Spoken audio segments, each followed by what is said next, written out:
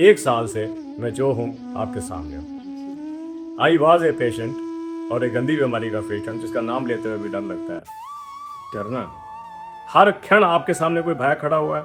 मैं अभी की बात आपको करता हूँ।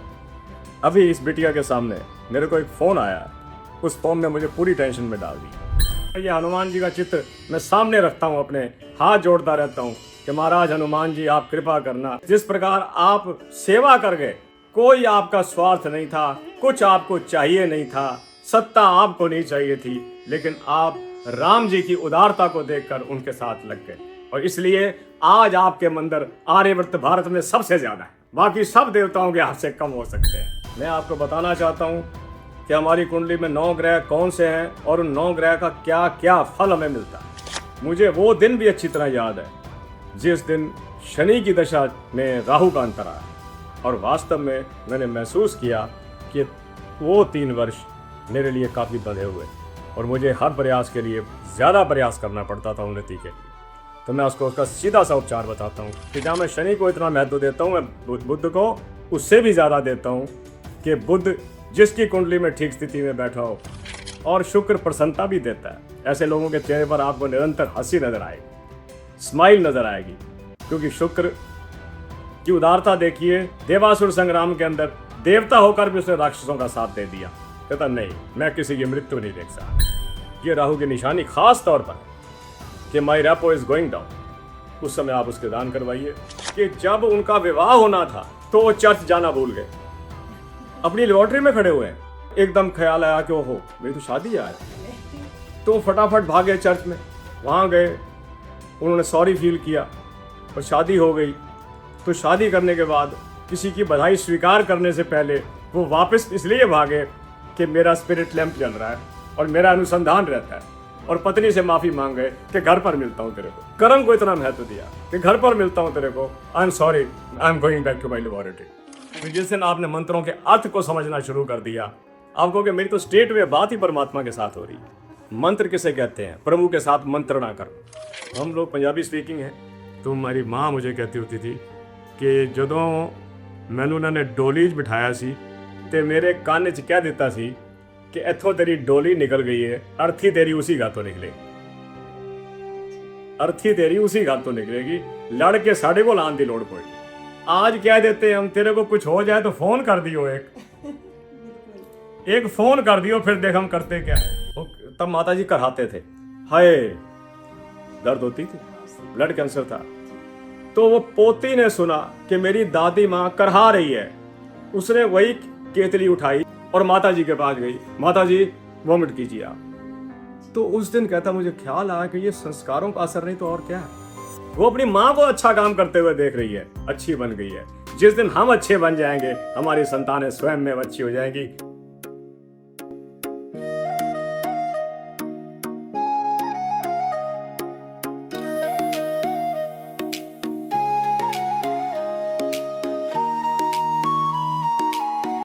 दोस्तों नमस्कार। आज हम आए हैं करनाल में प्रसिद्ध कथावाचक और ज्योतिषाचार्य श्री यशपाल हंस जी के आवास पर। आज हम उनसे ज्योतिष के कई रहस्यों के बारे में जानेंगे और साथ ही उनका जो जीवन रहा है इतना प्रेरित करने वाला, वो भी आज हम उनसे बात करेंगे। आइए उनसे मिलते हैं। और जैसे हमें पता चला है कि अभी जो हैं आचार्य जी जो हैं वो हवन करके आने वाले हैं। आइए आपको मिलवाते हैं उनसे।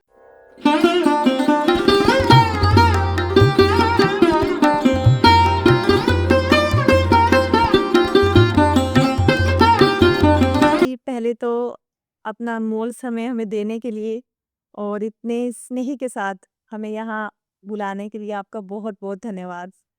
थैंक यू वेरी मच, बहुत बहुत धन्यवाद। ईश्वर आपको सुखी रखे और आप सफलता के मार्ग पर चलते रहें, मेरा आशीर्वाद है आप। और आप आए, उसके लिए मैं आपका बहुत धन्यवाद करता हूँ। नहीं, हमें आना ही था क्योंकि मुझे था कि आप नहीं आ पा रहे किसी वजह से, तो हमें जाना चाहिए क्योंकि ये जो अनमोल ज्ञान है और प्योर बृहस्पति का आज का जो समय चल रहा है, उसमें कहीं न कहीं राहु की इन्वॉल्वमेंट ज़्यादा है। कि मुझे था कि आज प्योर बृहस्पति का ज्ञान हमें लेने जाना है, तो हमें आना ही था और आपका बहुत धन्यवाद। बहुत धन्यवाद बेटे, हमें सब गॉड ब्लेस यू। भगवान आपको सफलता का मार्ग आपका प्रशस्त करे और आपने जिस काम को लिया है वो सफल हो। इस आशीर्वाद के साथ आप अपने प्रश्न कीजिए। मैं कोशिश करूँगा कि अपने अनुसार मैं आपको उसका उत्तर दे सकूँ। और मैं सबसे पहले आपके व्यूअर्स को, आपके सब्सक्राइबर्स को और आपके नगर की जनता को हाथ जोड़कर नमन करता हूँ, प्रणाम करता हूँ सबको। आप जुड़िए इनके साथ। बहुत भद्र दंपति है और बहुत पूरा प्रयास कर रहे हैं कि ज्योतिष की या और प्रकार की जो समाचार है या जो ज्ञान है वो आप तक पहुंचाया जाए। ये उदारता का परिचय है उनकी, और मैं उनको बड़ा होने के कारण और मैं काफ़ी बड़ा होने के कारण दोनों को आशीर्वाद देता हूँ कि आपका चैनल बहुत चले और आपके सब्सक्राइबर बहुत बढ़ें और आपको अच्छे अच्छे लोग मिलें जो आपसे ज्ञान की चर्चा कर सकें। और आपके, मैं श्रोताओं की बात कर रहा हूँ, कि आपके जीवन की समस्याओं के समाधान ज्योतिष के माध्यम से निकालने का पूरा प्रयास वो लोग करें, हम लोग करें, तो थोड़े से तरीके से हो जाती हैं छोटे छोटे उपचार। देखा, अगर कोई बीमार है तो डॉक्टर उसकी फर्स्ट प्रायोरिटी होगा ही होगा, क्योंकि उसको डॉक्टर के पास जाना ही जाना है। डॉक्टर के बिना टेस्ट नहीं होते, डॉक्टर के बिना रोगों का पता नहीं चलता, डायग्नोसिस नहीं होता। लेकिन उपचार एक ट्रीटमेंट है, एक इलाज है। कि जैसे किसी का चंद्रमा बुरी तरह से खराब है, चंद्रमा खराब होगा तो क्या होगा? आपका मन ही स्थिर नहीं हो सकता। चंद्रमा मन का मालिक है, ये कर्क राशि का स्वामी है। और जिस व्यक्ति को आप डिप्रेशन में देखते हैं, हर समय ये देखते हैं कि उसको नींद नहीं आ रही, डिप्रेस है, छोटी सी कोई घटना घट गई है तो उसने पूरा का पूरा अडंबर खड़ा कर दिया है, समझ लीजिए चंद्रमा कमजोर है। मैं बताना चाहता हूँ श्रोताओं को कि हमारी कुंडली में 9 ग्रह हैं और 12 कॉलम्स हैं उनके। ऋषियों की रचना है। इसकी पहली रचना भगवान शंकर ने महाराज भृगु को कहकर भृगु संहिता नाम के ग्रंथ के अंदर करी हुई है। ये ज्योतिष का प्रथम ग्रंथ था भृगु संहिता। उसके बाद महाराज पराशर आए और पराशर संहिता की रचना हुई। मैं आपको बताना चाहता हूँ कि हमारी कुंडली में 9 ग्रह कौन से हैं और उन 9 ग्रह का क्या क्या फल हमें मिलता है। पहला ग्रह सूर्य। महाराज सूर्य हमारी आत्मा के स्वामी है। अगर किसी की कुंडली के अंदर सूर्य बहुत अच्छी स्थिति लेकर बैठ जाए, लगन में बैठ जाए, तो वह व्यक्ति वेल पर्सनैलिटीड होगा। और अगर किसी की कुंडली के अंदर वो दूसरे घर में बैठे तो उसकी आवाज में खड़क होगी, दुनिया उसको सुनेगी। अगर तीसरे घर में बैठ जाए कुंडली के, राशि कोई भी हो, इसकी चिंता मत करना। अगर तीसरे घर में बैठता है सूर्य तो ये व्यक्ति को मेहनती बना सकता है, क्योंकि ये अग्नि तत्व प्रधान है। अग्नि की प्रधानता होने के कारण इसमें काम करने की बहुत शक्ति है। चौथे घर में बैठ जाए, मैं आप सूर्य की बात कर रहा हूँ, मैं और ग्रहों की बात नहीं करूँगा। और मैंने इनको निवेदन किया है कि आप मुझे निरंतर मिलते रहिएगा। मैं विभिन्न ग्रहों पर चर्चा करूँगा और आपकी बहुत सारी समस्याओं के समाधान जो ग्रंथों में वर्णित हैं उस पर मैं निरंतर चर्चा करता रहूँगा। वो लोग चलकर मेरे पास आए हैं, उनकी बड़ी उदारता है। और मेरा ये कर्तव्य है कि पिछले 50 वर्ष से मैं ज्योतिष की दुनिया में हूँ। मैं मात्र 16, 17, 18 वर्ष का था जब मैंने पहली पुस्तक परचेज करी थी। हालांकि मैं पढ़ता रहा, ये नहीं कि मेरी कोई पढ़ाई बंद हो गई और मैं ज्योतिषी बन गया। ज्योतिष का कार्य तो मैंने 50 साल पहले शुरू किया। तो मैं आपको सूर्य के बारे में बता रहा था। सूर्य चतुर्थ भाव के अंदर हो, वो व्यक्ति धनवान हो सकता है, लेकिन उसमें सबसे बड़ी कमी क्या आती है? वो द्वेषी हो जाता है। वो अपने से ज्यादा उन्नति करने वाले व्यक्ति को टॉलरेट नहीं कर पाता। वो उससे संबंध अगर बहुत अच्छे भी हैं तो तोड़ने की कोशिश करेगा। पंचम भाव में अगर आपका सूर्य बैठा हुआ है तो याद रखना, आप विद्वान तो हो सकते हैं, आप बुद्धिमान तो हो सकते हैं, लेकिन सबसे बड़ी क्या दुर्बलता रहती है? ऐसे व्यक्ति की जीवन में एक बार पढ़ाई जरूर छूटती है, वो पुनः प्रयास करता है और पुनः प्रवेश भी कर जाता है। अगर सूर्य छठे भाव के अंदर हो, छठा भाव वैसे भी रिलेट करता है शत्रु के साथ, बीमारियों के साथ, ननिहाल पक्ष के साथ। सूर्य जैसे ग्रह का वहां पर बैठना आपको थोड़ा सा सेल्फ सेंटर्ड कर जाता है। आप आत्म केंद्रित रहेंगे, अपने प्रति ज्यादा सोचेंगे, दूसरों के प्रति नहीं सोचेंगे, कम सोचेंगे। सातवें भाव में सूर्य एक अच्छी पत्नी प्राप्त होने का संकेत देता है और महिलाओं के लिए एक अच्छा पति प्राप्त होने का संकेत देता है। अष्टम भाव का सूर्य ठीक नहीं होता, ये आदमी को कर्जे में डालता है। ऐसा व्यक्ति जानबूझकर कर्जे लेता और वो कर्जे उतार नहीं पाता, और अगर कहीं उस समय सूर्य की दशा चल रही हो तो वो बैंक करप्ट भी हो सकता है, दिवाला निकल सकता है। नवम भाव का सूर्य अगर कहीं अपनी राशि में आ जाए या लग्नेश होकर नवम भाव में बैठ जाए तो ऐसा व्यक्ति अति भाग्यशाली होगा। अब मैं आपको सबसे बड़ी बात बता रहा हूँ, दशम घर का सूर्य व्यक्ति को राजनीति में ले जाता है। दशम घर का सूर्य ब्यूरोक्रेट बनाता है, जो आईपीएस हैं, आईएएस हैं, आईआरएस हैं, ये सब लोग का दशम भाव में आपको अधिकतर सूर्य मंगल मिलेंगे। 11वें भाव का सूर्य इंगित करता है कि यह व्यक्ति धनवान होगा। 12वें घर का सूर्य ये इंगित करता है कि यह व्यक्ति विदेश यात्राएं कर सकता है। मैं फिर चर्चा करता हूँ, इससे पहले जो प्रश्न मुझसे करना चाहें आप प्रश्न कीजिएगा। जी, आचार्य जी, पहले तो मेरा आपसे ये प्रश्न है कि आप जब भी कुछ शुरू करते हैं वीडियो, तो आप कहते हैं कि संतान आज्ञा में रहे, और आजकल सबसे जो मुख्य समस्या यही है कि आपका ये कहने का पीछे क्या प्रयोजन रहता है? मैं बिल्कुल बताता हूँ। मेरी एक भाषा चलती है शुरू के अंदर, भाषा नहीं, वो आपके प्रति मेरा एक प्रेम है जनता के प्रति, जो पहले करनाल की जनता के नहीं, विश्व में यूट्यूब चला जाता है। मेरे पास फ़ोन आते रहते हैं ऑस्ट्रेलिया से, नाइजीरिया जैसे देशों से जहाँ हमारे भारतीय हैं, अमेरिका से, इंग्लैंड से फ़ोन आते हैं। मैं उनसे पूरी बात करता हूँ। मैं कहता हूँ, आशा है आप प्रसन्न होंगे, ईश्वर की कृपा होगी, संतानें आज्ञा में होंगी, घर में धन और ऐश्वर्य होगा, आप बड़ों का मान कर रहे होंगे और बड़े आपके साथ प्रेम कर रहे होंगे, घर में सास और बहू का समन्वय बना हुआ होगा, ननद और भाभी में प्रेम होगा, और मैं प्रभु से कामना करता हूँ कि आपका ये प्रेम बना रहे और आपका जीवन सुचारू रूप से चलता रहे। इसी के साथ मैं अपना वीडियो शुरू करता हूँ। अब मेरे से पूछा जाए कि मैं ऐसा क्यों कहता हूँ। जी, ये आप संदेश भी दे देते हैं, आशीर्वाद भी दे देते हैं और सीख भी दे देते हैं। इसका प्रयोजन भी कुछ मैं प्रयोजन बताता हूँ आपको। ऐसे है कि बहुत बड़ी बात है, जीवन जिसको बचपन तो कट जाता है, उसके बाद एजुकेशन का टाइम भी कट जाता है, उसके बाद विवाह से पहले हम नौकरी की इच्छा रखते हैं कि हमें नौकरी मिल जाए, काम मिल जाए, या कोई दुकान खुल जाए, या किसी और सेक्टर में चले जाएं। और माँ बाप की एक इच्छा होती है कि हमारा बच्चा कितना भी बड़ा क्यों ना हो जाए, आज्ञा में रहे, संतानें आज्ञा में हों। इसके मेरे दो अभिप्राय हैं। संतानें बिगड़े नहीं, मैं आपको ठीक बता रहा हूँ। उन माँ बाप से पूछ कर देखिएगा जिनकी संतानें आज्ञा में नहीं है, जिनकी संतानें बिगड़ गई हो। मैं उनके कल्याण की कामना करता हूँ कि आपकी संतानें आज्ञा में रहें, यानी कि कुंडली का पंचम भाव ठीक रहे आपका। जिस व्यक्ति के 5वें घर में शुक्र बैठ जाता है, जिस व्यक्ति के 5वें घर में बृहस्पति बैठ जाता है, उसकी संतानें कमाल की आज्ञाकारी होती हैं और वह श्रवण का रूप धारण कर जाती हैं। अगर कहीं देखिए, शनि को मैंने कभी पापी ग्रह नहीं कहा, अपने वीडियोज में भी नहीं कहा। शनि एक न्यायकारी ग्रह है जो न्याय देता है। अगर आपने इस जन्म में या पिछले जन्म में कोई ऐसे, पिछला जन्म किसी ने नहीं देखा, मैं हमेशा अपनी वीडियोस में कहता हूं कि स्वर्ग और नर्क यही पर ही है। जिसके घर के अंदर कलेश है उससे बड़ा नर्क और कोई नहीं, और जिसके घर में समन्वय है उससे बड़ा स्वर्ग और कोई नहीं। लोग गरीबी में गुजारा कर लेते हैं प्यार के बल पर, और लोग अमीरी में भी फकीरी को देखते हैं जब प्यार नहीं होता, समन्वय नहीं होता। इसलिए मैं आपसे निवेदन भी करता हूं और आपको अपने बुढ़ापे का एक परामर्श भी देता हूं कि अगर घर की उन्नति चाहते हो, और अगर आप चाहते हो कि आपके बच्चे असीम उन्नति को प्राप्त कर जाएं और आपका जीवन सुखी रहे, आप रोगों से भी मुक्त रहें, तो मेरी बात को याद रखना, घर में समन्वय बनाकर चलना। प्यार इस संसार की सबसे बड़ी ताकत है, और प्यार इस संसार की सबसे बड़ी ज़रूरत है।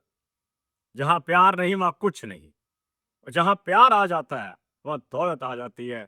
पूरी की पूरी रामायण आप पढ़ लेना, पूरी प्यार पर खड़ी हुई है, प्यार पर खड़ी है, उदारता पर खड़ी है, सेवा पर खड़ी है। हनुमान जी का चित्र मैं सामने रखता हूँ, अपने हाथ जोड़ता रहता हूँ कि महाराज हनुमान जी आप कृपा करना, जिस प्रकार आप सेवा कर गए बिना किसी, कोई आपका स्वार्थ नहीं था, कुछ आपको चाहिए नहीं था, सत्ता आपको नहीं चाहिए थी, लेकिन आप राम जी की उदारता को देखकर उनके साथ लग गए, और इसलिए आज आपके मंदिर आर्यवर्त भारत में सबसे ज्यादा है।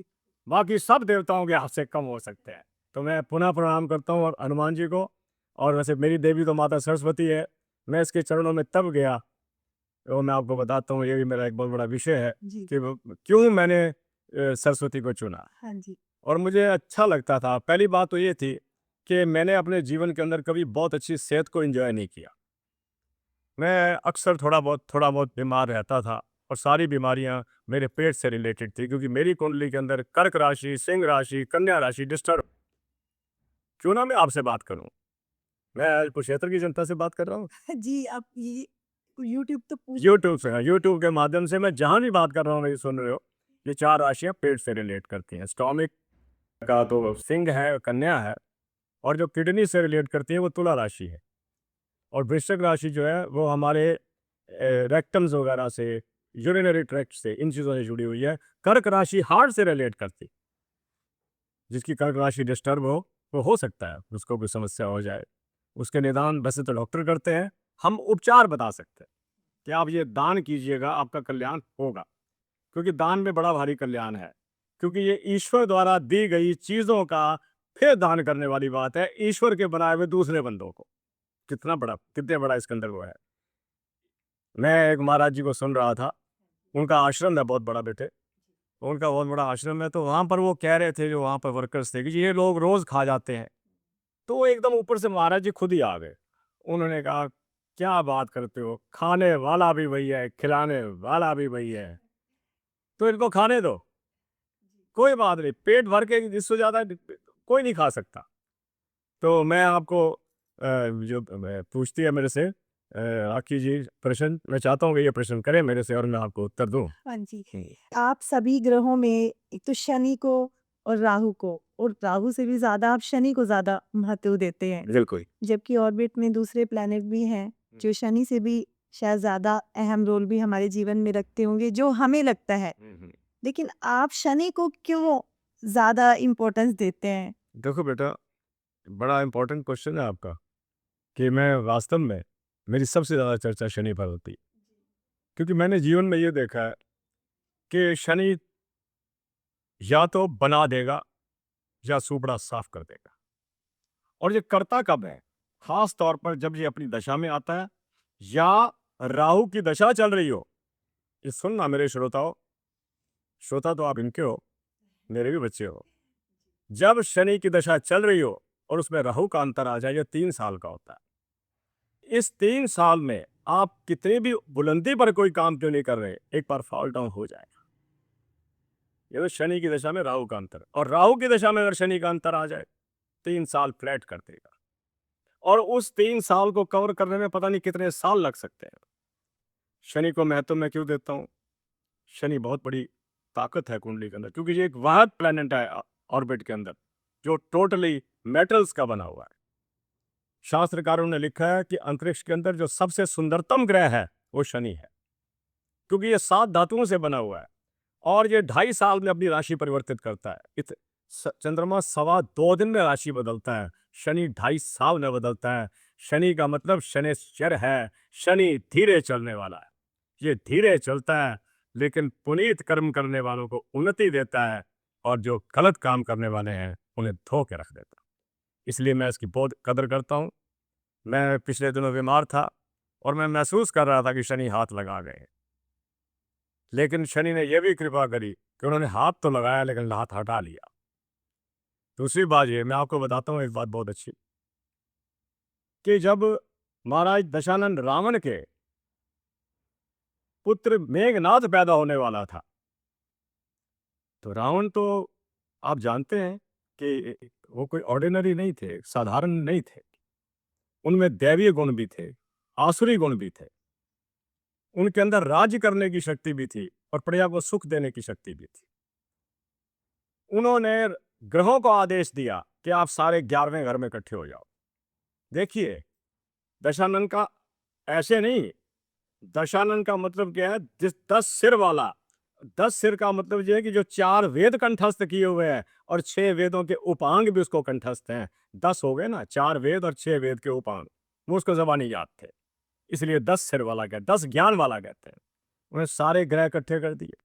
अब 11वें घर के अंदर सारे ग्रह इकट्ठे हो जाएं, तो इसका मतलब यह है कि जो आने वाला जीव है, अगर उस स्थिति में पैदा होता है तो कभी मरेगा नहीं, और ये ईश्वर का सिद्धांत नहीं है। तो उस वक्त शनि ने कहा था कि चंद्रमा जी आप तो बहुत तेज चलते हो, आप एक घर आगे चले जाओ, 12वां घर मृत्यु का ही है। डर के मारे नहीं गया। सूर्य से कहा वो भी नहीं गया, बृहस्पति से कहा वो भी नहीं गया, औरों से कहा कोई नहीं हिला। आखिर शनि खुद 12वें घर में चले गए। प्यारे दर्शकों, शनि मृत्यु का ग्रह है, यानी कि शनि ने वहां कदम रख के मेघनाथ की जवानी में उम्र निश्चित, जवानी में मौत निश्चित करती कि नहीं, जिसका पिता अपनी इच्छा से प्रभु के आदेश को चैलेंज कर रहा है, उसका चैलेंज शनि स्वीकार नहीं करेगा। और उसका परिणाम क्या निकला? जब प्रसव हो गया और मेघनाथ जी जन्म ले गए तो महाराज दशानन रावण देखने के लिए बाहर आए कि ग्रह अपनी स्थिति में है कि है नहीं है। नहीं थे, शनि आगे जा चुके थे। इतने क्रोध में आए कि शनि को गधा मारी और उसकी टांग तोड़ दी। शनि आज भी लंगड़ा कर चलते हैं। शनि बहुत ज़्यादा प्रशंसनीय ग्रह है, जिनको मैं बहुत महत्व देता हूँ। किसी की कुंडली के अंदर लगन में बैठ जाए, सही स्थिति लेकर राज सत्ता तक पहुंचा देंगे। तीसरे घर में बैठ जाए, पराक्रमी बना देंगे। मेहनती होगा आदमी, उसको चैन नहीं पड़ेगा काम पूरा किए बिना। छठे घर के अंदर ये आदमी को देते तो बहुत कुछ है, लेकिन थोड़ा सा बीमार रखते हैं। बेटा आप अगला प्रश्न कीजिए। मैं बीच में आपको टोकना भी नहीं हाँ नहीं, तो टोकियो टोकियो, हाँ, हो रहा आप प्रश्न पूछिए, जनता सुने मेरे को। जी। आचार्य जी, जिस तरह आपने बात की कि शनि में जब राहु की अंतर्दशा आ जाए तो 3 साल बिल्कुल फ्लैट हो जाते हैं। तो इसके लिए कुछ उपाय भी किए जा सकते मैं हैं? बताता हूँ। जी। बिल्कुल ऐसे है कि ये नहीं कि मैंने इन स्थितियों को नहीं भोगा। इतनी बड़ी आयु के अंदर मैंने मंगल की दशा में जन्म लिया, फिर राहु की दशा में आया, फिर बृहस्पति की दशा में आया, फिर शनि की दशा में आया। शनि के बाद शायद बुध की दशा, अब मैं केतु की दशा में चल रहा हूँ। मुझे वो दिन भी अच्छी तरह याद है जिस दिन शनि की दशा में राहु का अंतर आया था, और वास्तव में मैंने महसूस किया कि वो 3 वर्ष मेरे लिए काफ़ी बंधे हुए थे और मुझे हर प्रयास के लिए ज़्यादा प्रयास करना पड़ता था उन्नति के लिए। तो मैं उसका सीधा सा उपचार बताता हूँ, हर व्यक्ति के लिए लाभकारी। फिर होता है ना, क्या करते हैं जी, ये इतने हजार का सामान लेकर इतनी बार रिपीट करना है। यशपाल हंस के पास ऐसा कोई उपचार नहीं है जो हर आदमी ना कर सकता हो। छोटा सा उपचार बताता हूँ, शनि और राहु दोनों पर इम्प्लीफाई करना है इसे। हर शनिवार शाम को सूर्यास्त से कुछ पहले, कहते हैं महाराज शनि पीपल के पेड़ पर अपने निवास पर आ जाते हैं। पीपल को महत्व क्यों है? पीपल संसार का केवल मात्र एक वृक्ष है जो दिन में भी ऑक्सीजन देता है और रात को भी ऑक्सीजन देता है। अन्यथा सारे पेड़ दिन में तो ऑक्सीजन देते हैं, रात को कार्बन डाइऑक्साइड छोड़ना शुरू कर देते हैं। व्यक्ति उसके नीचे सो नहीं सकता। हमारे बुजुर्ग बड़े समझदार थे, पूर्वज हमारे, उन्होंने पीपल को मान्यता इसलिए दी कि ये दोनों समय ऑक्सीजन देता है और इसके पत्ते औषधि का काम करते हैं और इस पर बहुत सारे जीव रहते हैं। और शनि का इस पर पक्का वास है। आप शनिवार के दिन शाम को 5-6 बजे, अब गर्मियां आ रही हैं, 7 बजे तक भी आप चले जाइए, केवल 4 बताशे और एक हल्दी का तिलक, तिलक आपने लगाना है पीपल को। थैंक्स टू दैट ट्री, उस पेड़ को हमारा धन्यवाद है कि आप हमें हर समय ऑक्सीजन दे रहे हो, हमारे पॉल्यूशन को साफ कर रहे हो। और जो 4 बताशे हम रखते हैं, ये कीड़ों के लिए है, क्योंकि शनि के जो कीड़े हैं, जो कीड़ियाँ, मकोड़े एटसेट्रा, जो पक्षी उस पेड़ों पर रहते हैं, वो सारे शनि के पक्षी जीव कहलाते हैं। उनके लिए हम कुछ रखाते हैं। अगर आप इससे ज़्यादा रख सको, गुड़ रख सको, वो भी साथ में रख देना। ये शनि का सबसे बढ़िया उपाय है। एक और बताता हूँ, अगर आपको शनि के कारण कष्ट चल रहे हैं और आप महसूस करते हो कि वास्तव में मेरी बातें आपको ठीक लग रही है, तो आप एक काला कपड़ा किसी निर्धन को दान कर देना। हो सके तो सिलवा कर दे देना, चाहे वो शर्ट हो, चाहे किसी लेडी के लिए साड़ी हो, चाहे किसी बच्चे के लिए कुर्ता पजामा हो। कार्य चीज़ का दान करना, आपको लाभ रहेगा। और पीपल पर हर शनिवार पर जरूर जाना। एक और अमेंड करता हूँ अपनी बात को, अगर आप ये महसूस करते हैं कि आपको शनि ने वास्तव में परेशान कर रखा है, क्योंकि शनि को क्या कहा गया है, सुनिएगा मेरे शब्द। शनि लेबर का मालिक है, ये मजदूरों का स्वामी है, ये श्रमिकों का स्वामी है, ये ट्रेड यूनियंस का स्वामी है, ये उनका स्वामी है जो दूसरों को वक्त पर पैसा दे देते हैं, कर्जा नहीं लेते, और अगर लेते हैं तो वक्त से उतार देते हैं। शनि उनका मालिक है। आप इसकी इज्जत कीजिएगा। इसकी इज्जत कैसे होगी? जब आप शनि के रूप के अंदर मैले कुचैले कपड़े पहने हुए लोगों को भी भोजन देंगे, जब आप गरीबों के साथ हमदर्दी का व्यवहार करेंगे, थ्री व्हीलर वाले के साथ आप रेट की सेटलमेंट नहीं करेंगे। अगर उसने 10 मांगे हैं तो आप उसको 15 पकड़ा देंगे, कोई फर्क नहीं पड़ता 5-10 रुपए के अंदर। लेकिन एक गरीब की आत्मा को बड़ी संतुष्टि मिलती है और वो आपको आशीर्वाद देता है। मेरे प्यारे बंधुओं, मेरी बात को याद रखना। आपको जहाँ भी मेरी आवाज़ पहुँचे, आपके पास पहुँचे, आप मेरी बातों का अनुकरण 2 कारण से करना। एक तो मैंने ये विद्या उस समय पढ़नी शुरू करी जब मैं टीन एज में था, और जब मैं कॉलेजेस में चला गया और मेरी हायर एजुकेशन भी हो रही थी, मैंने अपनी पुस्तकों को तो नहीं छोड़ा, लेकिन मैंने ज्योतिष की पुस्तकों को भी नहीं छोड़ा। और बहुत छोटी उम्र के अंदर ज्योतिषाचार्य के रूप के अंदर में आया। आज मैं यूट्यूब पर भी हूँ, और आज यूट्यूबर मेरे पास भी आए हुए हैं, और मैं उनका भी धन्यवादी हूँ कि उन्होंने मुझे महत्व दिया, और शायद आपको मेरी बातें अच्छी लगें। मैं आपको बताना चाहता हूँ, शनि के साथ राहु, राहु उसका गुलाम है, ऐसा शास्त्रों का मत है। राहु कौन है? एक चालाक ग्रह। राहु एक राक्षस था। जब समुद्र का मंथन हो रहा था और उसमें से अमृत निकला, तो राहु ने देवताओं का रूप धारण करके अमृत पी लिया और वो अमर हो गया। देवताओं को बड़ा अजीब लगा कि अगर राक्षस लोग अमृत पी गए तो राक्षस प्रवृत्ति संसार में बढ़ेगी। आज बढ़ी हुई है, आज राहु का राज्य है, राहु साम्राज्य कर रहा है। तो उन्होंने क्या किया? उन्होंने राहु को साफ किया, लेकिन वो चूंकि अमृत छके हुए था, खाए हुए था, पिए हुए था, तो मरा नहीं।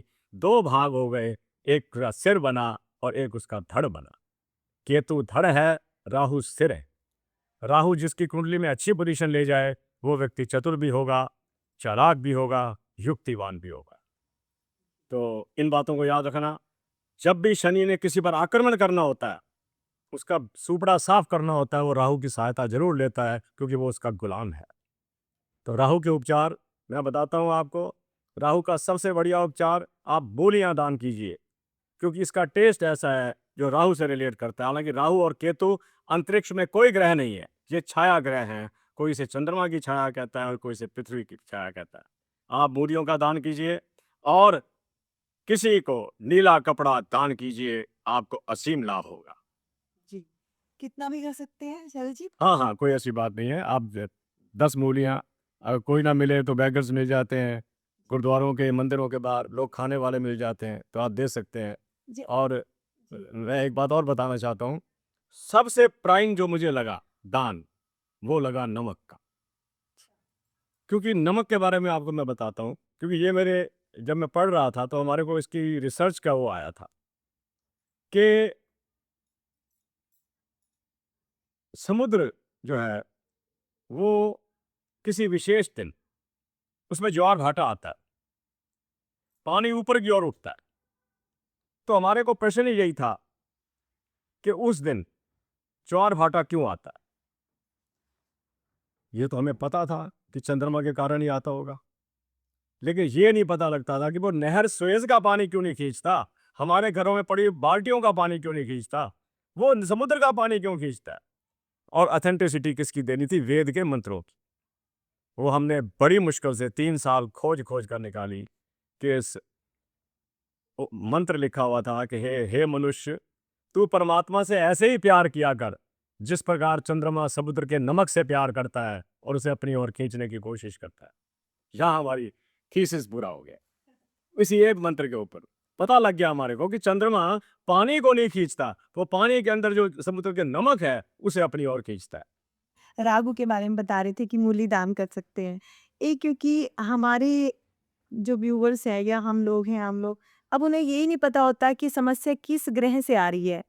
अब चंद्रमा से आ रही है तो थोड़े से आप हमें सिम्पटम बता सकते हैं कि चंद्रमा अगर पीड़ित है तो ये समस्या आ रही है, शनि पीड़ित है तो ये समस्या, राहु है तो ये आप अगर हमें बता दें तो आसानी हो जाएगी। बिल्कुल बताता हूँ। अगर किसी का चंद्रमा खराब हो कुंडली के अंदर, तो वो डेफिनेटली वहमी होगा, किसी पर उसको विश्वास नहीं आएगा, वो हर बात की तसल्ली करता रहेगा। मैं यहाँ तक बता देता हूँ कि रात को अगर दरवाजे पर ताला लगाया तो उठ के चेक करता रहेगा। ये निशानियां हैं कि उसको रात को डर ज़्यादा लगेगा, अकेला सो नहीं पाएगा। चंद्रमा का सबसे बड़ा और बढ़िया उपचार नमक का दान है और दूध का दान है, जो आप सोमवार को कर सकते हैं। और अगर आप चाहें तो आप शिव मंदिर में जाकर थोड़ा सा दूध, थोड़ा सा पानी उसमें डालकर अर्पित कर सकते हैं भगवान भोलेनाथ को। इससे चंद्रमा आपका ठीक होगा। अगर आपका सूर्य डिस्टर्ब है तो मैं आपको बताता हूँ कि आप आत्मिक रूप में कमज़ोर रहेंगे। डिसाइड करने में आपको किसी चीज़ की बहुत देर और दिक्कत हो सकती है। और इसके अतिरिक्त मैं आपको बताता हूँ, आप कर्जा लेने के बड़े शौकीन होंगे और आपसे वो उतरेगा नहीं। उससे बचने के लिए सूर्य का दान, वैसे तो हम अर्घ दे देते हैं, लेकिन सूर्य का जो दान है वो यज्ञ है, क्योंकि सूर्य की किरणें और यज्ञ की किरणें ये अग्नि की समानता लिए हुए हैं। और इसके मंत्र भी आते हैं। जो मैं यज्ञ करता हूँ तो मैं बोलता हूँ, उसकी आहुति भी देता हूँ। सूर्यो, सुन लीजिए आप भी, सूर्यो ज्योति, ज्योति सूर्या स्वाहा, सूर्यो वर्चो, ज्योति वर्चा स्वाहा। ये आहुतियां हम देते हैं कई कई बार कि मैं सबसे पहले सूर्य को प्रणाम करता हूँ, लेकिन उससे पहले मैं उस शक्ति को प्रणाम करता हूँ जो सूर्य को भी शक्ति दे रही है, अर्थात बात फिर परमात्मा पर आ जाती है, उस असीम शक्ति की। सूर्यो वर्चो, जिस सूर्य का वर्चस्व है मैं मानता हूं कि वो सारे विश्व में छाया हुआ है, लेकिन जिसने उसे वर्चस्वी होने की ताकत दी हुई है, अर्थात फिर परमात्मा की ओर बात करता है, मैं सबसे पहले उसको प्रणाम करता हूँ। आप इन मंत्रों का वैसे ही जपन कर लिया करो, मेरे मंत्रों को याद रख लेना। सूर्यो ज्योति, ज्योति सूर्या, स्वाहा नहीं कहना आपने, क्योंकि स्वाहा हवन में ही होता है। स्वाहा का मतलब किसी चीज को जलाना नहीं होता। स्वाहा का मतलब होता है कि मैं इस मंत्र से सहमत हूं। स्वाहा, सूर्यो वर्चो, ज्योति वर्चा स्वाहा। सूर्य, तेरा जो वर्चस्व है और तेरे को जो वर्चस्वी बनाए हुए हैं, मैं उसे भी प्रणाम करता हूँ। अगर आपकी कुंडली के अंदर तीसरा ग्रह मंगल खराब है तो आप एक बुज़दिल इंसान होंगे। आपको कोई भी आए कुछ भी कह के चला जाए, अगर आपका मंगल ठीक है तो आप पापी से बदला लेने में सामर्थ्यवान होंगे। मंगल के बाद बुध आता है। बुध बुद्धि का स्वामी है। मंगल, बुध को इंग्लिश में मरकरी कहा जाता है, पारा। ये अगर हाथ में पकड़े या गिर जाए तो खंड खंड हो जाएगा। इसी प्रकार जिस व्यक्ति का मरकरी बहुत स्ट्रांग होगा, उसके पास एक समय में बहुत से विषयों पर सोचने की कमाल ताकत होगी, कमाल की ताकत होगी। मैं तो ये कहता हूँ कि जहां मैं शनि को इतना महत्व देता हूँ, मैं बुध को उससे भी ज्यादा देता हूँ कि बुध जिसकी कुंडली में ठीक स्थिति में बैठा हो, दैट मैन, अगर वो आदमी इलेक्शंस में जाता है, चुनाव नहीं हारेगा। अगर चौथे घर में बुध बैठ जाए, उसके अंदर जनता को साथ प्यार करने की अभूतपूर्व ताकत होती है। और बुध के बारे में मैं बताता हूँ कि जिन लोगों के बच्चे, छोटे बच्चे पढ़ते नहीं, याद कुछ नहीं होता, रात रात भर बैठे हैं, पढ़ा है, सुबह कुछ याद नहीं है, समझ लीजिए बुध कमजोर है कुंडली के अंदर। बुध का उपचार भी बता देता हूँ आपको। बुध का सबसे बढ़िया उपचार, मूंग का दान कीजिएगा। जो हमारे किचन में मूंग पड़े होते हैं, जो हमारे घर के लोग सब्जी के रूप में बनाते हैं, दाल के रूप में बनाते हैं, मूंग का दान उन जगह पर कीजिए जहां लंगर चलता हो, ऐसे नहीं। हरा चारा गौओं के लिए दे सकते हैं, वो भी लाभकारी है। और हरे वस्त्र को आप अपना बेडशीट बनाइए, आप अपना सराना बनाइए, आपका बुद्ध बिल्कुल ठीक रहेगा। और जिसकी कुंडली में बुद्ध ठीक हो, वो लाख गरीबी में चला जाए, लेकिन अपनी बुद्धि के बल पर गरीबी में से बाहर निकल जाता है। बृहस्पति, महाराज बृहस्पति वैसे तो ज्ञान के स्वामी हैं, लेकिन ये अध्यात्म की दुनिया के मालिक हैं। ऐसे लोग संत हो जाया करते हैं, भगत हो जाया करते हैं और सच्चे भगत होते हैं। ये लोगों के साथ ठगी नहीं मारते, याद रखना। ये लोगों को ये नहीं समझते कि ये अमीर है, इसको शिष्य बना लो। वो अपनी बात करते जाएंगे, बस वो अपनी बात करते जाएंगे, अपना ज्ञान बिखेरते जाएंगे। और बृहस्पति का उपचार, बंदरों को केले और हल्दी का दान लंगर के अंदर करते रहिएगा, बृहस्पति ठीक हो जाएगा। जिसकी कुंडली के अंदर बृहस्पति ठीक हो, वो व्यक्ति सोसाइटी के अंदर, समाज के अंदर एक विद्वान के रूप में पहचाना जाता है। अगला ग्रह शुक्र है। शुक्र लग्जरी का मालिक है, दौलत का मालिक है, सुखों का मालिक है। जिन लोगों को आप देखते हैं ना, लंबे लंबे सुंदर, जैसे फिल्म एक्टर्स हैं, एक्ट्रेसेस हैं, इनके शुक्र अच्छे हैं। इनके शुक्र के साथ शनि बैठा हुआ है लगन के अंदर, मैंने कईयों का देखा। उसने इनको एक अभूतपूर्व पर्सनैलिटी दी। लेकिन शुक्र का ये है कि ये लग्जरियस आइटम्स को देता भी है और मांगता भी है। तो लग्जरी आपको प्राप्त हो, आपके पास अच्छी अच्छी गाड़ियां हो, या जो भी व्हीकल आपके पास है, चाहे साइकिल ही हो, बढ़िया होना चाहिए। आप जैसे भी रहे, प्रसन्न रहे। और शुक्र प्रसन्नता भी देता है। ऐसे लोगों के चेहरे पर आपको निरंतर हंसी नजर आएगी, स्माइल नजर आएगी, क्योंकि शुक्र की उदारता देखिए कि देवासुर संग्राम के अंदर देवता होकर भी उसने राक्षसों का साथ दे दिया। कहता नहीं, मैं किसी की मृत्यु नहीं देख सकता। तो आगे चलता हूं। शनि, शनि सब ग्रहों के ग्रह हैं, शनि को कोई नहीं जीत सका। और मैं ये चाहता हूं कि आप शनि के उपचार, जो मैंने पताशे बताए, गुड़ बताया, हल्दी का तिलक पीपल को बताया, करते रहिएगा। क्यों कहते हैं कि शनि का शाम को से लेकर अगली सुबह तक वास शनि के पेड़ पर ही होता है। तो दान करते रहिएगा शनि के। राहु और केतु, राहु का दान मैंने बताया, नीला वस्त्र, मूलियां आदि। सर्दियां चली जा रही हैं, गर्मी आ रही है, मूलियां नहीं मिलेंगी तो टमाटर का दान कर देना, करना लंगरों में। केतु का दान कुत्तों के लिए है, भैंसों के लिए, काले जानवरों के लिए, ये भी ठीक हो जाएगा।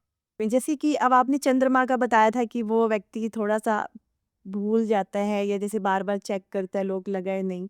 इसी तरह आप राहु खराब है हमारी कुंडली में, तो उसका क्या सिम्पटम है कि किसी को लगे कि मुझे राहु का उपचार करना है, तो उसको कैसे पता चलेगा कि मेरा राहु खराब है, जैसे बाकी कुछ ग्रह हमारे रह गए हैं? मैं बताता हूँ। जी। राहु का बहुत सही पूछा आपने। राहु व्यक्ति को भ्रष्ट कर देता है, वो आचरण की दृष्टि में भी हीन हो जाएगा। अगर वो व्यापारी होगा तो व्यापार में जानबूझकर ज्यादा पैसे कमाने के लिए कुछ गलतियां करेगा। अगर वो जॉब में होगा तो वहां भी उसका जो जीवन है वो संशय के दायरे में आ जाएगा। और उसको खुद को पता लग रहा होता है कि मेरा पब्लिकली फॉल डाउन हो रहा है, मेरी रेपुटेशन गिर रही है। ये राहु की निशानी खास तौर पर है कि माई रेपो इज गोइंग डाउन। उस समय आप उसके दान करवाइए। करा दो। जी, इसी तरह अगर केतु खराब है कुंडली में तो कैसे पता चले? केतु का ये साफ निशानी है, वो व्यक्ति तंत्र को लाइक करेगा और हमेशा ये कहते रहेगा कि मेरे को किसी ने कुछ कर दिया है, मेरे साथ ओपरा हो गया है। ये एक व्यर्थ की सोच उसके दिमाग में रहती है कि किसी ने कुछ कर दिया। जी। तो ऐसा होता नहीं वैसे, पर मुझे लोग कई बार मेरे कमेंट बॉक्स में लिख देते हैं, नहीं सर होता है। जी। नहीं होता। ये होता वाला बात, ये आपकी विचारधारा है, तो इससे डरने की कोई बात नहीं। और जीवन भय पर, भय की सीढ़ियां चढ़ के जीवन जिया नहीं जाता, आपको निर्भीकता की सीढ़ियां चढ़नी ही पड़ेगी। जी, बिल्कुल। हम अभी मैं अपने जो श्रोता हैं उनको बताऊँगी कि सर ने किस तरह इतनी बड़ी एक जीत हासिल की है और उससे हम किस तरह सीखें, और वो भी बात मैं आगे लूँगी। लेकिन अभी क्योंकि ग्रहों पर बात हो रही है, आचार्य जी जिस तरह अभी आप कह रहे हैं केतु कुंडली में खराब है, तो हमें लगता, हाँ, कई लोगों को लगता है कि कुछ मेरे साथ चीज़ है या मेरे पे किसी ने कुछ कर दिया या ये केतु खराब है। तो अगर ऐसा है हमारे घर पे या हमें लगता है परिवार में किसी, तो उसके लिए क्या उपाय किया जा सकता है? देखो ऐसे है, आजकल मैं वीडियोस देख रहा हूँ। जी। अब चूंकि एआई का जमाना आ गया, आर्टिफिशियल का, तो लोगों ने कई बना बना के डाली हुई है कि वो देखिए सामने कुछ खड़ा है, सामने कोई जा रहा है, अब नजर नहीं आ रहा। तो मेरे को तो कुछ समझ नहीं आया। देखो बेटा, कल को पता नहीं क्या होता है। आज 76 वर्ष की आयु में तो मेरे साथ कोई ऐसी घटना नहीं हुई। और अ, मैं ये लोगों से भी निवेदन करूंगा, ये मेरे जो श्रोता हैं जो सुन रहे हैं मेरे को, कि आप भयभीत होकर जीना छोड़ दीजिए। आपका देखिए, अगर आप कल भयभीत थे, अगर आप परसों भयभीत थे, उससे पहले भयभीत थे, तो आज में तो आप फिर प्रवेश कर गए, आज का दिन फिर आ गया और बिगड़ा कुछ नहीं। इसका मतलब यह है कि आपकी 2 दिन की पहले वाली सोच मिथ्या सोच थी। आप डरते रहे खामखा। घटना होना ना होना, जिस दिन कोई घटना घटनी है ना, आपको पता भी नहीं चलना। और जिस दिन कोई आपको अचानक कुछ मिलना है ना, वो भी पता नहीं चलना।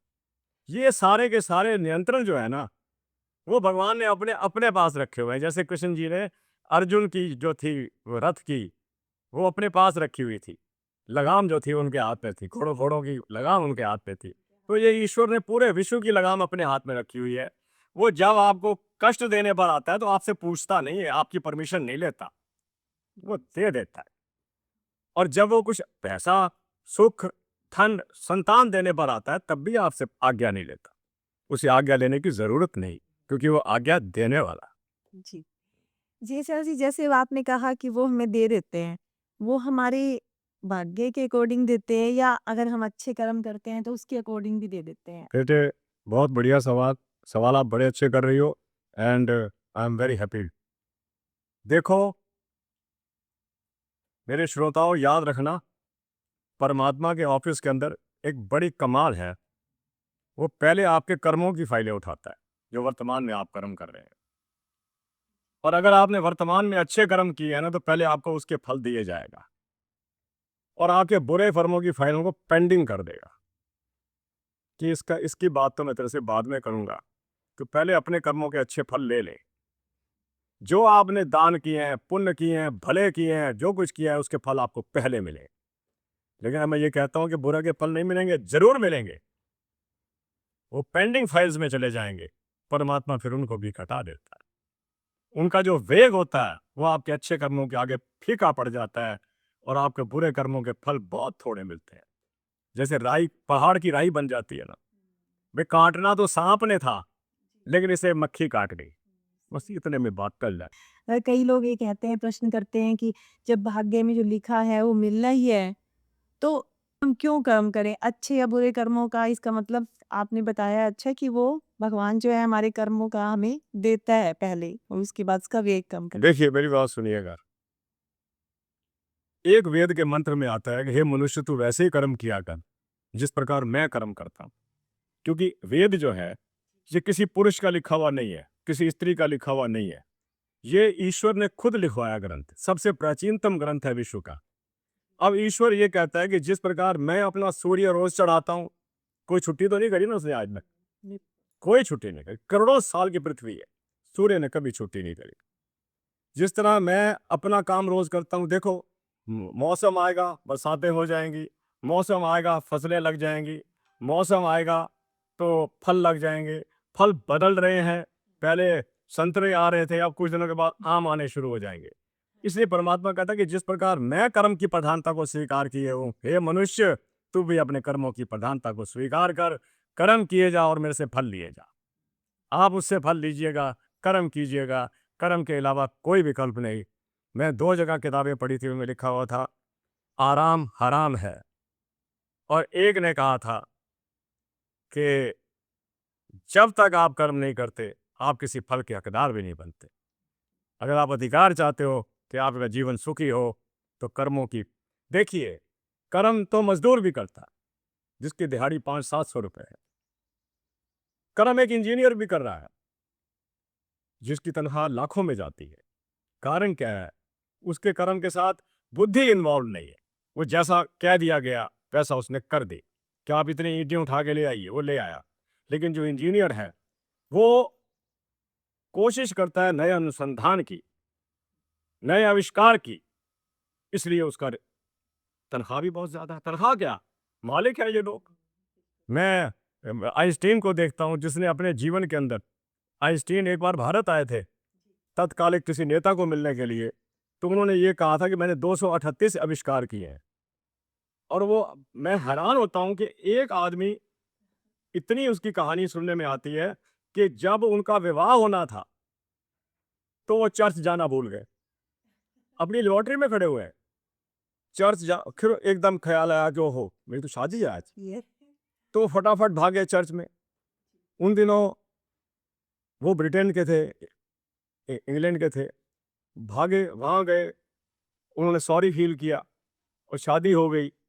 तो शादी करने के बाद किसी की बधाई स्वीकार करने से पहले वो वापस इसलिए भागे कि मेरा स्पिरिट लैंप जल रहा है और मेरा अनुसंधान रहता है, और पत्नी से माफी मांग गए कि घर पर मिलता हूँ तेरे को। क्या बात है, कर्म कर्म को इतना महत्व दिया कि घर पर मिलता हूँ तेरे को, I am sorry, I am going back to my laboratory. तो ऐसे 238 अनुसंधान, कहते हैं बिजली के जो बल्ब वगैरह है, ये सब भी उन्होंने बनाए थे। बहुत सारी चीजें ऐसी थी जो उन्होंने बनाई। आइंस्टीन बहुत मशहूर आदमी हुए हैं। पूरा नाम मुझे अब याद नहीं आ रहा उनका, पहले एक शब्द और भी आता है। तो आप कर्म की प्रधानता को स्वीकार कीजिएगा, और कर्म करने वाले, एक गाना नहीं लिखा अमिताभ बच्चन के पिताजी ने लिखा था, हरवंश राय बच्चन जी ने, कि मेहनत करने वालों की कभी हार नहीं होती। अगर आप जीतना चाहते हो जीवन की, छोटा सा जीवन है, बाजी जीत जाओ, फिर मेहनत पे ही चलेगी। चलेगी जी।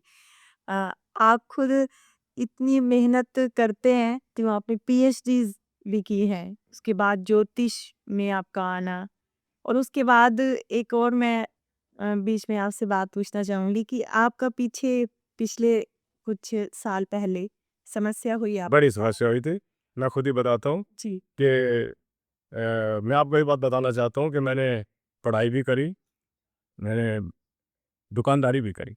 अच्छा। मैंने दुकानदारी भी करी, इसलिए मैं दुकानदारी की सारी बातें जानता हूँ, इफ्स एंड बट्स मुझे पता है। और सन 22 के अंदर मैंने आपको पहले बताया ना कि मैंने कभी बहुत सुपीरियर किस्म की हेल्थ को एंजॉय नहीं किया। मेरे को हमेशा पेट का रोग रहा और मुझे लगता था कि किसी दिन कोई रंगत लाएगा ये। आप बड़े हैरान होंगे श्रोताओ कि मैंने कभी ज़िंदगी में समोसा पकौड़े नहीं खाए, खा ही नहीं सकता, मुसीबत पड़ जाएगी। चलो, ये मेरे कर्म थे कि मैं नहीं खा पाता। मुझे बहुत सिंपल रोटी लेनी होती है, बहुत थोड़ी डाइट देनी होती है और ज़िंदगी जीने के लिए थोड़ी डाइट ही चलती है। और कभी 7 बजे के बाद कुछ नहीं खाया, 7 बज गए, हो गए। तो मैं आपको जो बता रहा था कि मेरे को पेट की समस्या ऐसी बढ़ी कि मेरे को निरंतर दर्द रहने लग गया। तो मैं कई डॉक्टरों के पास जाता, वो दवाई लिख देते और दान-वान तो मेरी पत्नी बहुत करती थी, ये लंगरों के अंदर, भई मेरा पति ठीक हो जाए।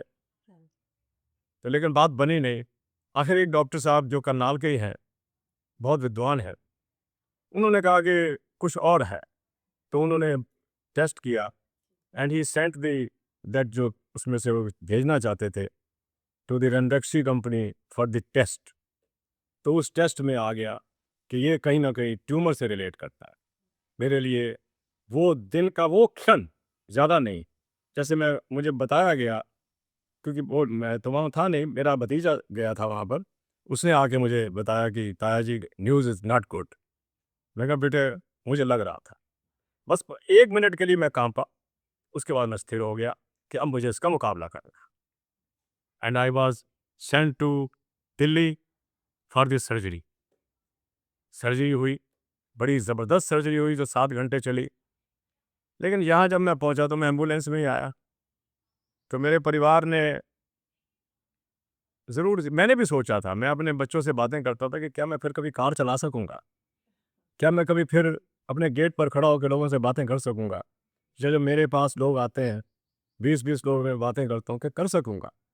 तो बड़ा एक टिपिकल पीरियड आया लाइफ में। लेकिन 50 दिन के बाद मुझे ऐसे लगने लगा कि मेरे अंग थोड़ा-थोड़ा काम कर रहे हैं। तो फिर मैं जब जाता था बाथरूम में तो मैं कहता था मुझे सहारा मत दो, मुझे जाने दो। एंड आफ्टर 1 ईयर 1 साल मुझे बड़ी समस्या आई। तो मैंने कहा ये किसी कर्म का फल है और ज्योतिष के हिसाब से देखता था कि नहीं है, गड़बड़ है। लेकिन 1 साल के बाद मैं माँ सरस्वती के चरणों में आ गया था और मैंने वीडियो डालने शुरू कर दिए। आज 1 साल से, उस वक़्त 6 महीने मैंने कोई ख़ास काम नहीं किया। 1 साल से मैं जो हूँ आपके सामने हूँ। आई वाज़ ए पेशेंट और एक गंदी बीमारी का पेशेंट जिसका नाम लेते हुए भी डर लगता है। लेकिन कृपाएँ थी और कुछ मेरे प्रयास, मैं प्रयास नहीं करता, परमात्मा द्वारा प्रेरित था मैं कि आपको जीना भी है और आपको एक ठीक ज़िंदगी जीनी है। तो अभी भी बहुत सी कमियां हैं, वो जहाँ पर वो सर्जरी हुई वहाँ पेन होता है, रात को नींद कम आती है और दवाई लेनी पड़ती है, दवाइयाँ मिलती नहीं हैं कहीं। तो लेकिन लेकिन आप फिर भी मैं चल रहा। आपकी हिम्मत को हमारा सबका नमन है। मेरी माँ की कृपा है। और ये जो शक्ति है ये कोई साधारण शक्ति तो है नहीं। आत्मशक्ति, आत्मा की शक्ति को आपने कैसे जागृत, क्योंकि हमें छोटा-सा बुखार भी होता है, हम इतना परेशान हो जाते हैं सिर दर्द से भी। तो हम ये चीज़ सीखें आपसे कि ऐसे छोटी-छोटी चीज़ से परेशान ना हों। जितने लोगों तक भी मेरी ये वीडियो जाए, डरना नहीं। जिंदगी भय का दूसरा नाम है। हर क्षण आपके सामने कोई भय खड़ा हुआ है। मैं अभी की बात आपको कर दूं, अभी इस बिटिया के सामने मेरे को एक फ़ोन आया है। उस फ़ोन ने मुझे पूरी टेंशन में डाल दिया है, क्योंकि लंबा काम करना है और उसके लिए किसी और शहर जाना पड़ेगा। लेकिन मैंने ये नहीं कहा बिटिया को कि वीडियो फिर दे देंगे या कहीं मेरी आवाज़ में लरज़ आई हो। क्योंकि मुझे पता है कि वो समस्या एक और है, उसका समाधान भी और है। वो लोग चल के आए हुए हैं। इतना बढ़िया वीडियो दे दूँ आपको कि आप याद उनको करो कि वो करनाल तक चल के आए हैं। तो अब कोई और प्रश्न बेटे? अब हमारे जो व्यूवर्स हैं, वो अपने आप कनेक्ट करेंगे। आपने से चंद्रमा के बारे में पीछे बता दिया, राहु के बारे में। केतु का क्या उपचार कर सकते हैं? मान लो केतु किसी की कुंडली में खराब है, तो क्या कर सकते हैं? बाकी जो 2 दिन अब मैंने केतु का बताया ना बेटे, कुत्ता जो है दरवेश है। दरवेश है, जी। कुत्ता दरवेश है, आप कुत्ते को रोटी डालिएगा। हर आदमी कुत्ता पालने में समर्थवान नहीं होता, क्योंकि कुत्ता वैसे तो बड़ा अच्छा जानवर है, लेकिन उसको पालना, उसके कई बार हम बाहर चले जाते हैं और कुत्ते को भूखा कौन मारे पीछे, या पड़ोसियों को क्या कि कौन जाए कि इसको रोटी डालते रहना। अगर आप नहीं पाल सकते तो कोई बात नहीं, गली के कुत्तों की कोई वो नहीं है, आप उनको डालिएगा।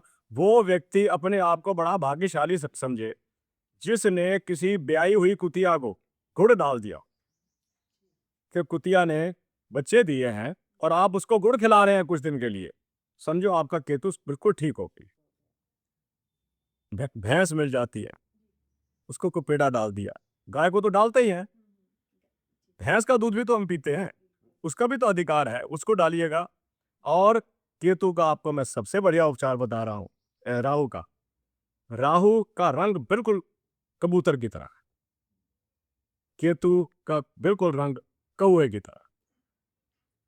कबूतर तो फिर भी खा जाएगा, कौआ बड़ी मुश्किल से खाता है। ये पहले आपकी परीक्षा लेता है कि मुझे खिलाने वाला कि मुझे पकड़ना तो नहीं चाहता, लेकिन जब उसको विश्वास हो जाता है कि आप उसे पकड़ना नहीं चाहते, तो वो आपके हाथ पे से उठा कर चीज दे जाता है। तो केतु का ये इलाज है बेटे, ये करते रहिए। जी आचार्य जी, इसी तरह जैसे बृहस्पति का के लिए क्या कर सकते हैं? अगर मान लो किसी की कुंडली में गुरु खराब है, तो उसका क्या सिम्पटम क्या दिखाई दे सकता है? बेटे शब्द तो बड़ा बुरा है, वो किसी का मित्र नहीं बन सकता। मित्र बनकर भी आपके रहस्य लेगा और आपके रहस्यों को उजागर करेगा और लोगों के सामने, और इसकी मुनादी करता रहेगा। अगर किसी का बृहस्पति कुंडली में बहुत डिस्टर्ब हो, आम लोगों का ये धारणा है कि 8वें घर में बृहस्पति कमजोर हो जाता है, खराब हो जाता है, ये हो जाता है। बिल्कुल नहीं होता।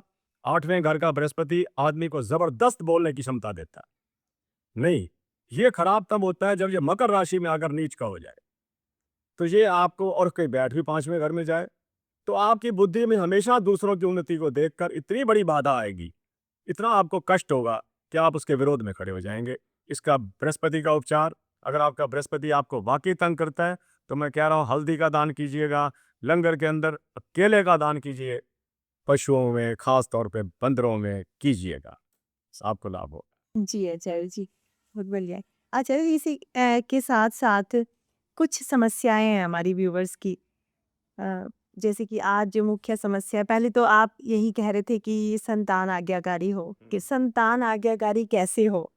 इसके लिए क्या हाँ, उपाय? संतान आज्ञाकारी कैसे हो, ये भी बड़ा इंपॉर्टेंट क्वेश्चन है। संतान आज्ञा में कैसे रहे? देखिए बात सुनिए, संतान तब बिगड़ती है जब उन्हें उत्तम संस्कार न दिए जाए। अक्सर मैं पढ़ता रहता हूँ, उत्तम संस्कार उत्तम जीवन का आधार। मैं आपको दावे के साथ कह सकता हूँ, अगर आप खुद अच्छा करो और आपकी संतानें देख रही हो, तो वैसे बन जाएंगी। एक दार्शनिक ने कहा था कि आप नहीं, आपकी संतानें सब जो है, they are the product of their own thoughts, और इसमें आपके थॉट्स भी काम करते हैं। अगर आपके विचार घर में बड़े शुद्ध पवित्र चल रहे हैं, आपकी संतानें बिगड़ ही नहीं सकती। मैं छोटी सी एक बात सुना देता हूँ, वो सुन लीजिएगा। बहुत बड़ा नगर है मेरा, 7-8 लाख की आबादी हो चुकी है इसकी अब, कई घरों में जाना होता है। एक घर के अंदर एक माता जी बीमार थे, यानी कि घर की मुखिया वही थी, वो बीमार थी और उनको भी कोई लिवर का, ब्लड कैंसर जिसे कहते हैं, हो चुका था। 83 वर्ष के थे वो। मैं वहाँ रोज जाता था क्योंकि वो मेरे मित्र की माता जी थी। तो मैंने रोज मिलने जाना उनको। हमें पता था कि ये दुनिया से विदा हो रहे हैं, जितना आशीर्वाद इनका ले सको ले लो, क्योंकि वो वैदिक थी। वो बहुत ज़्यादा धर्म की और रुचि थी उनकी।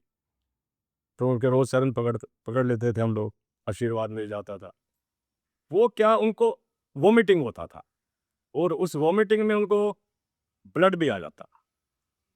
उनके ऐसे होता है जहां पर संस्कार अच्छे होते हैं ना, घर का हर आदमी जगह टिकाने पे काम करता है।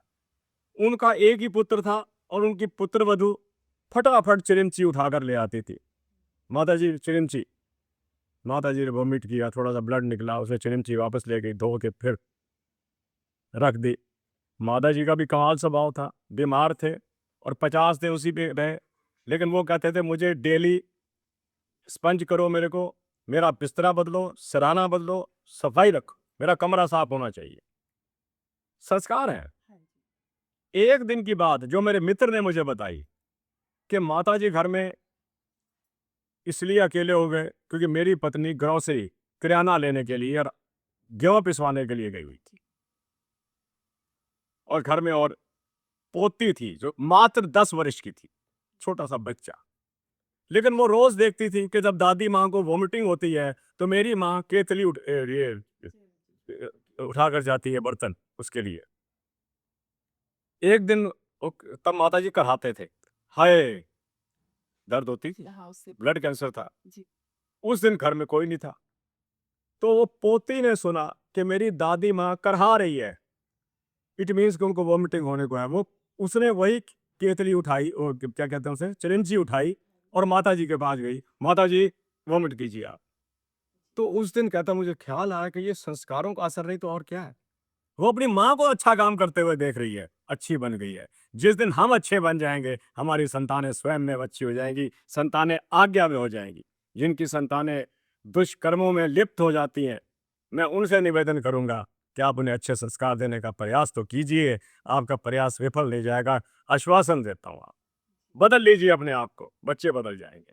जी, तो पहले हम बदलें। पहले हम जी आचार्य। मैं आपको बता रहा हूँ, आज मैं चैनलों से बातें करता हूँ, चाहे मेरा चैनल हो, चाहे कोई और चैनल हो, आपका चैनल हो, ये सारी देन मेरे को मेरी माता की, जिसने मुझे 5-6 वर्ष की आयु में गुरुकुल में पढ़ने के लिए भेज दिया था।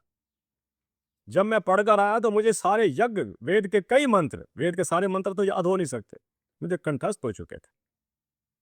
और मैं आज वेदों के मंत्रों का अपने चैनल से, जो मेरा करनाल से चैनल चलता है, मैंने कोई नाम नहीं दिया उसे, बस सरस्वती का स्वरूप लगा दिया है और यशपाल हंस के नाम से चैनल चलता है। मैंने कोई नहीं कि ये फलाना चैनल, ढिमाका channel, no, that is Saraswati का चैनल ऑपरेटेड बाय यशपाल हंस। जी आचार्य जी, जैसे आप अपने चैनल में भी बहुत यज्ञ के बारे में बताते हैं कि आज के समय में कहाँ हम लोग यज्ञ कर सकते, तो उसके लिए कोई हमें आसान चीज आप बताइए कि क्या महत्व है और हम लोग कैसे करें। देखिए, यज्ञ से बड़ा कुछ नहीं, क्योंकि यज्ञ जो है ना वो सीधी हम परमात्मा से बात करते हैं, क्योंकि यज्ञ की जो अग्नि है वो बाहर जलती है। और कोई ऐसी बात नहीं कि यज्ञ कोई बहुत लंबे लंबे होते हो, ऐसी कोई बात। यज्ञ जो दैनिक यज्ञ है वो सिर्फ 16 मंत्रों पर आधारित है, सिर्फ 16 मंत्र। 5 प्रार्थना के मंत्र हैं, 6 मंत्र जो है वो सायकालीन के हैं, क्योंकि सायकालीन को फिर यज्ञ नहीं होता तो उसकी आहुतियां भी हम समेत डाल देते हैं। कुछ 1-2 बार गायत्री मंत्र हो गया, महामृत्युंजय का हो गया, तो 16, 17, 20 मंत्रों पर यज्ञ समाप्त हो जाता है। देव शांति का मंत्र भी आता है, परमात्मा शांति दीजिए, ओम देव शांति अंतरिक्ष को, शांति पृथ्वी के, अंतरिक्ष में भी शांति हो, पृथ्वी पर भी शांति हो। आज आप देखो युद्ध हो रहे हैं दुनिया के अंदर, वो पहले मांग गया शांति पृथ्वी, मेरी अपनी पृथ्वी पर प्रभु शांति कीजिए। शांति रापा, शांति रोष दया, शांति वनस्पतया। जो आपकी ये खाने पीने की चीजें हैं, फसलें हैं, हमारी पेड़ हैं, ये भी शांत हो। शांति रोज शांति शांति विश्वे देवा, पूरे विश्व के अंदर शांति हो। तो इस तरह शांति का मंत्र के साथ हम हवन को समाप्त कर दे कि शांति होनी चाहिए विश्व के, विश्व शांति के बिना अधूरा। और जो मैं आपको बता रहा था वो आपका अंतिम प्रश्न आपने पूछा मुझे, हवन पर जोर क्यों देता हूँ मैं। हवन का मैं आपको बताता हूँ कि दिस इज ए स्टेट वे। मंत्र किसे कहते हैं? प्रभु के साथ मंत्रणा करना, प्रभु के साथ बात करना, प्रभु से परामर्श करना, ये हम मंत्रों के माध्यम से कर जाते हैं। जैसे हर मंत्र का अपना एक अर्थ है। जिस दिन मैं लोगों को कहता हूं कि जिस दिन आपने मंत्रों के अर्थ को समझना शुरू कर दिया, आप हवन को छोड़ोगे ही नहीं। आप कहोगे मेरी तो स्टेट वे बात ही परमात्मा के साथ हो रही है। बिल्कुल, अब देखो ना कि अक्सर लोग कह देते हैं जी इसके लिए आप महामृत्युंजय का जाप कराओ। देखिए अगर कोई विद्वान होगा तो महामृत्युंजय का जाप केवल उसके लिए होता है जो व्यक्ति बीमार पड़ा हुआ या रोगी रहता हो। अब इसमें क्या शब्द आते हैं बता देता हूँ। ओम त्र्यंबकम यजामहे। त्र्यंबकम यजामहे मीन्स तीनों लोकों के मालिक यजामहे। यज्ञ किस तरह हवन को यज्ञ नहीं कहते। जो हम ये वीडियो बना रहे हैं ये भी एक यज्ञ है। जो हम भोजन बनाते हैं वो भी एक यज्ञ है। इसलिए कहा जाता है पूर्वजों के द्वारा जब कोई स्त्री भोजन बनावे तो गायत्री मंत्र का जाप करती रहे। जब आटा गूंद रही हो तो गायत्री मंत्र का उच्चारण होता रहे ताकि उसके संस्कार उसके आटे में चले जाए, रोटी में आ जाए। तो कहता है त्र्यंबकम यजामहे सुगंधि पुष्टिवर्धनम। सुगंधि का मतलब खुशबू नहीं है। सुगंधि का मतलब ये अच्छे कर्म जितने भी दुनिया में हो रहे हैं परमात्मा को तू करवाता है, बुरे हम करते हैं। उर्वा रुख में बंधना, ये बात सुनने वाली है कि प्रभु मृत्यु के समय मेरे बंधन ऐसे काटना जिस प्रकार आप डाली से खरबूजे के काट देते हो। बेटा मेरी बात को सुनना, संसार का एकमात्र फल है जो पकने के बाद डाली खुद छोड़ता है, वरना बाकी फलों को खींच कर तोड़ कर काट कर निकालना पड़ता है। कि परमात्मा जब मैं दुनिया छोड़ूं तो मैं तड़प कर मत छोड़ूं, मैं अपनी आँख छोड़ूं। रात को पता लगे जी बुखार था, सुबह चले गए। That's all. तो मैं सबके लिए ये प्रार्थना करता हूँ कि आपको अच्छा जीवन मिले, आपके घर में धन और ऐश्वर्य हो, आप अपने माता पिता के साथ प्रेम करें। वृद्धाश्रम में किसी को भेजने से पहले सोच लेना कि कल को आपने भी वृद्ध होना है और आपकी संतानें आपको वृद्धाश्रम भेजने में संकोच नहीं करेंगे। वही कीजिए जिसका परिणाम आप पाना चाहते हैं। तो अगला प्रश्न कीजिएगा। जैसे कि आपने बच्चों के बारे में बता दिया, वो तो आपने कहा कि हम खुद बदले। इसी के साथ घर में ना आजकल लड़ाई झगड़े बहुत रहते हैं, प्रेम प्यार नहीं है पहले जैसा। इसके लिए क्या किया जा सकता है? बहुत समस्या चली हुई है आजकल जी, बिल्कुल। बहुत बड़ी समस्या है। देखो इंसान किस तरह हो चुका है। जब विवाह होता है तो अग्नि के समक्ष लड़का भी और लड़की भी 7 फेरे लेते हैं और उसमें अग्नि को साक्षी मानकर कहते हैं कि दुख में और सुख में तेरा साथ देंगे। लेकिन कुछ दिन के अंदर ही सीधे कोर्ट में पहुंच जाते कि और तरह तरह की बातें होती हैं। मैं तो खुद हैरान हूं कि अग्नि को साक्षी मानने उन्हें भगवान को साक्षी मानकर आप। एक और बात बताता हूं, बड़ी इंपॉर्टेंट बात है ये कि जी वो उस लड़के ने और उस लड़की ने लव मैरिज कर ली है। चलो ठीक है, लेकिन फिर खबर आएगी कुछ मदद के बाद कि दोनों का डाइवोर्स होने जा रहा है। इसका क्या मतलब हुआ? इसका मतलब स्पष्ट है कि अगर आपका लव 5 साल तक चला है वो लव नहीं था, दैट वाज ए गेम जो आपने प्ले कर दी। उस समय आप दोनों सुंदर सुंदर कपड़े पहनकर रेस्टोरेंट में जाते थे। वो कहता था पैसे मैं दूंगा, वो कहती थी पैसे मैं दूंगा। इसे ही आप लव समझते रहे कि शादी के बाद 6 महीने ना निभा के रह सके। यहां भी कहीं ना कहीं हमारे अपने कर्म रिलेट करते हैं, क्योंकि एडजस्टमेंट की ताकत नहीं है। कौन किस में नुक्स नहीं है? क्या मेरे में नहीं है? बहुत कमियां हैं, बहुत कमियां। मैं आज भी कहता हूं कि अगर मैं एक आंकलन करने लग जाऊं तो मैं कमियों का पुतला पाया जाऊंगा। हालांकि बैठा मैं आचार्य के पद पर हूं, लेकिन नहीं, अगर आप मैरिज करते हैं, चाहे वो अरेंज्ड मैरिज है चाहे वो लव मैरिज है, एक दूसरे की कमियों को समझने की कोशिश कीजिए और उसके साथ निर्वहन करने की कोशिश कीजिए, उसके गुणों के साथ समझौता कीजिए। ये सब पर चीज लागू होती है, चाहे वो कोई भी हो। कोई भी। जी।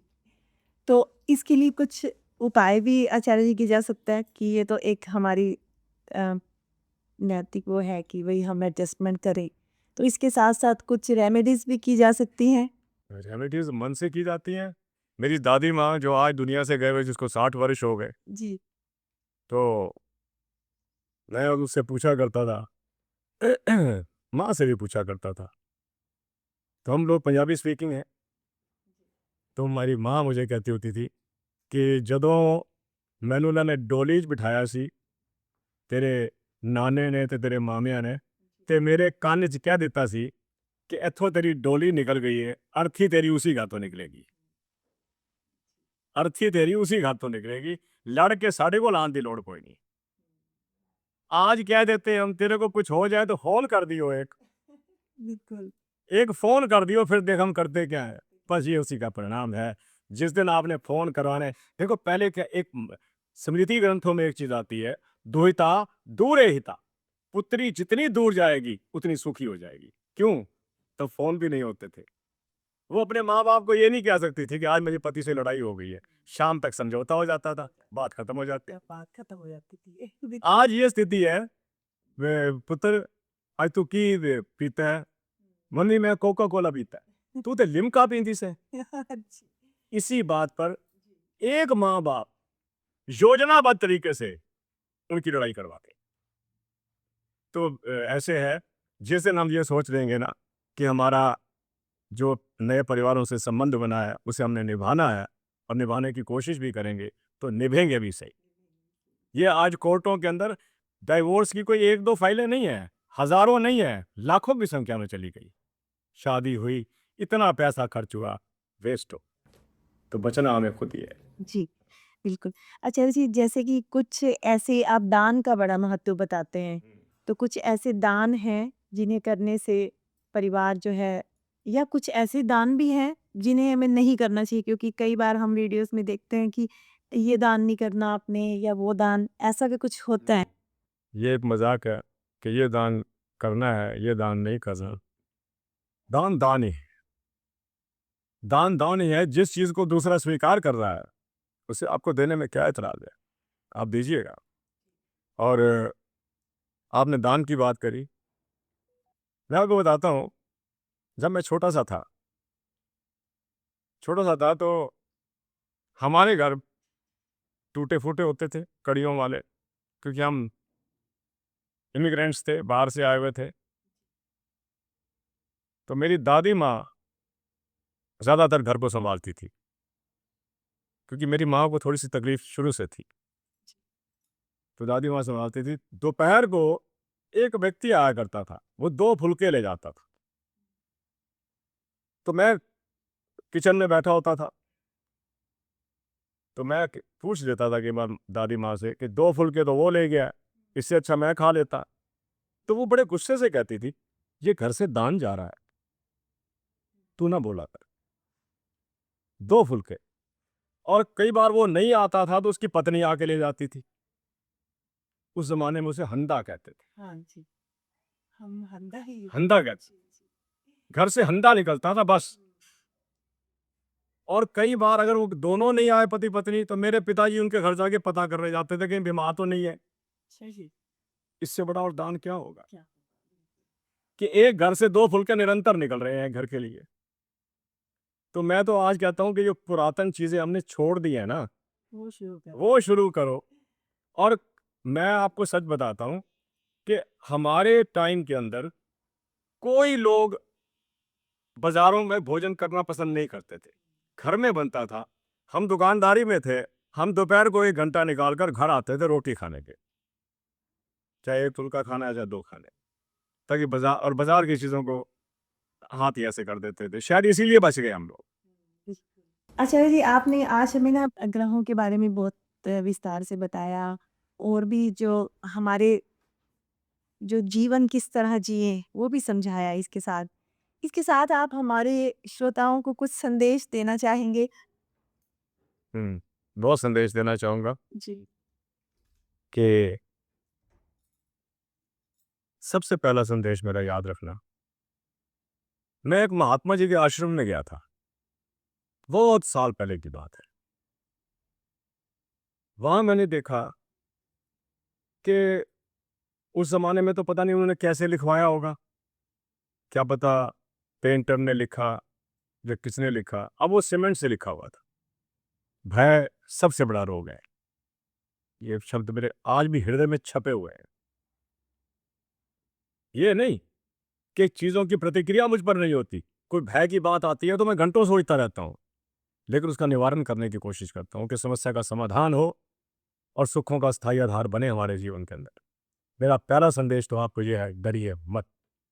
अगर बुरा समय आ गया है तो ये कोई स्थायी नहीं आया, क्योंकि ये ईश्वर का नियम ही नहीं है। वक्त परिवर्तनशील है। If you are going through bad days, expect good days आने वाले, समझ लीजिए।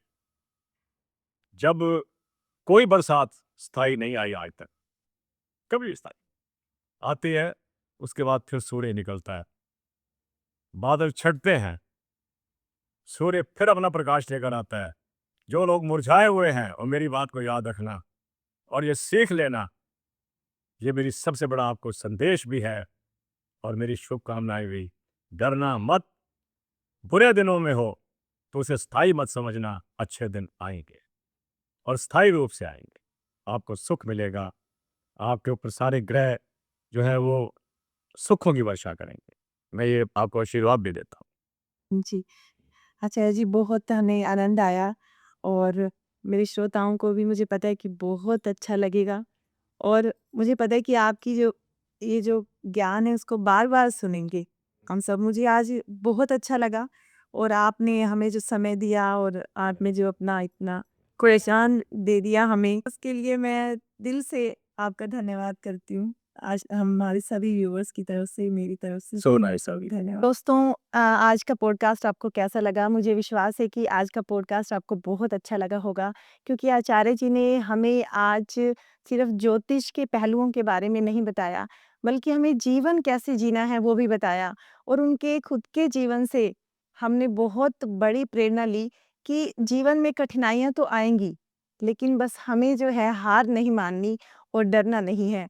दोस्तों, आपको हमारे पॉडकास्ट कैसा लगा हमें कमेंट बॉक्स में ज़रूर बताइएगा और अगर आपको हमारी वीडियोस अच्छी लगती हैं और आप चाहते हैं कि हम फिर से आचार्य जी से समय लें और उनसे कुछ और ज्ञान लें, तो हमें ज़रूर कमेंट बॉक्स में बताइएगा। फिर मिलते हैं नए ज्ञान के साथ, नए गेस्ट के साथ। तब तक अपना ध्यान रखिए, अपनों का ध्यान रखिए और बहुत बहुत बहुत खुश रहिए। शुक्रिया।